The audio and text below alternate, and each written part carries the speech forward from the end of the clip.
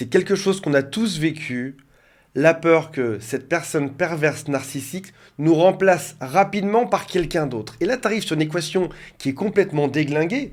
Au fond de toi, tu sais très bien que cette relation est toxique, que ça va nulle part, que l'autre ne changera jamais. Pour autant, tu ne veux pas être remplacé, tu veux que ce soit toi qui sois remis dans cette équation.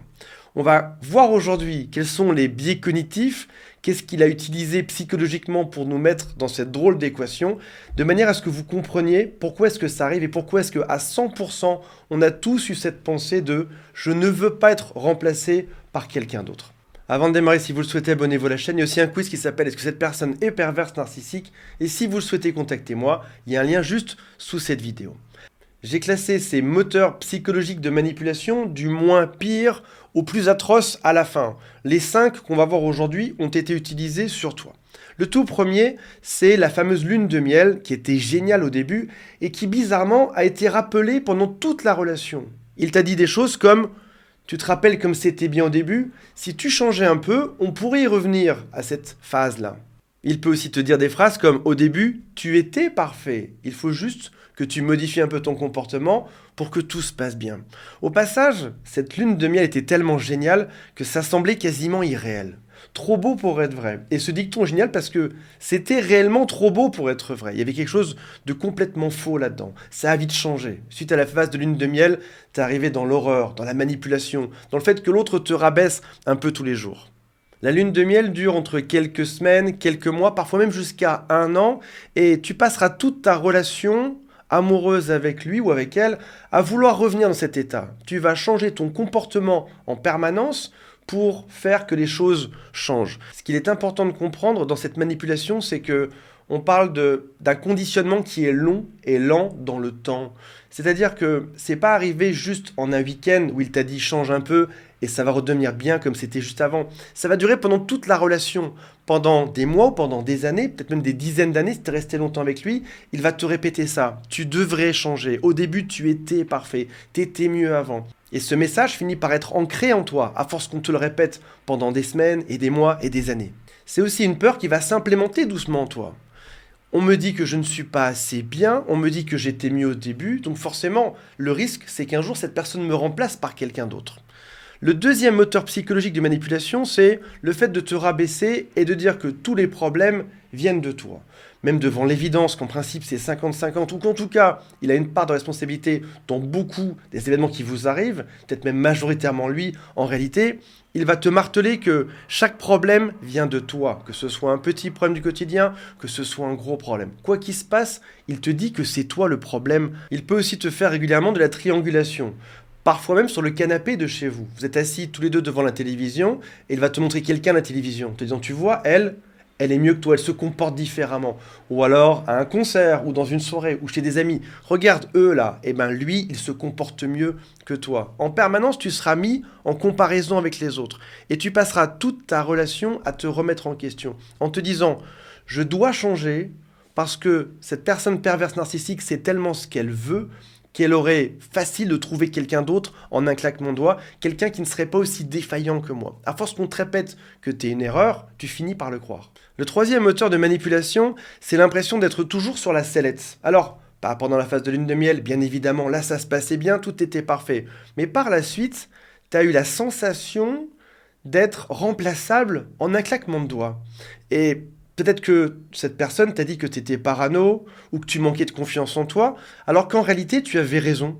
Tu étais vraiment remplaçable en un claquement de doigts. La majorité des gens qui sont pervers narcissiques te remplacent en une après-midi.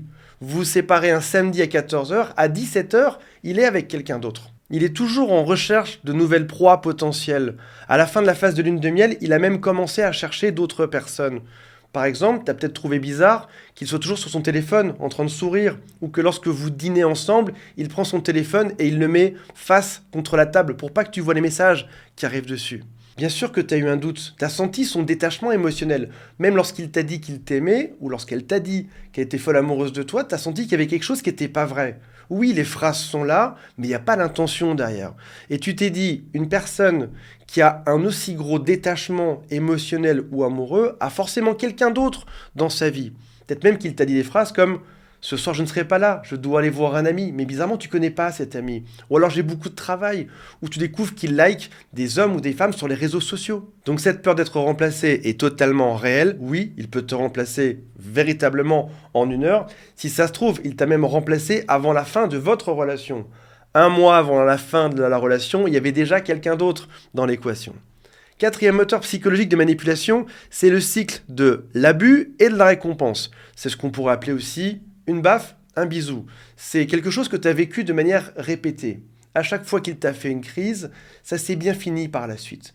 Vous avez par exemple eu un moment intime ensemble. Dans un couple normal, il y a une intensité de relation qui fait des petites vagues. Ça va un petit peu mieux, il y a un petit problème, on le résout, etc. Avec lui, c'était des grandes vagues. Ça allait parfois beaucoup mieux, puis c'était le drame, puis ça revenait. Tu as même remarqué quelque chose, c'est que pire était le drame que vous avez eu ensemble, et plus belle serait la récompense au lit juste après. En faisant ça, il vient pirater ton système de récompense interne, et ça vient perturber tes hormones. Tu vas obtenir beaucoup d'hormones du bonheur, mais à condition de supporter la crise gigantesque qu'il y a juste avant. La chose la plus étonnante là-dedans, c'est que votre dernière dispute, celle qui a marqué un terme à votre relation, t'a peut-être laissé dans cet état. J'ai eu la baffe, mais j'ai pas encore eu le bisou par la suite. Et parfois, au bout de quelques jours, quelques semaines, quelques mois, on attend cette récompense. Parce qu'on a été habitué pendant des années à une forme de jeu un peu sadomaso, où plus il nous faisait mal, plus on était récompensé par la suite. Alors bien sûr qu'il y a quelque chose d'addictif là-dedans. Si tu vas au casino et que tu mets des pièces pendant 10 heures et qu'il n'y a rien qui sort, t'aimerais pas laisser ta place pour que quelqu'un d'autre passe derrière, mette une seule pièce et gagne tout. C'est les plus grandes vagues émotionnelles que tu as eues dans toute ta vie. Et finalement, même si c'est malsain, tu as fini par être habitué et être addict à ça. Le 5e point, c'est que tu as beaucoup investi dans cette relation. Tu as passé tout ton temps, toute ta ressource cerveau a été mis à ça pendant toute la durée de la relation. En réalité, tu ne pensais qu'à ça. Il avait réussi à devenir ton centre d'attention numéro 1. Tu voulais toujours résoudre les problèmes, faire que ça se passe mieux. Il te faisait croire que c'était possible, qu'il suffisait juste que tu changes, que ça se passe un peu différemment.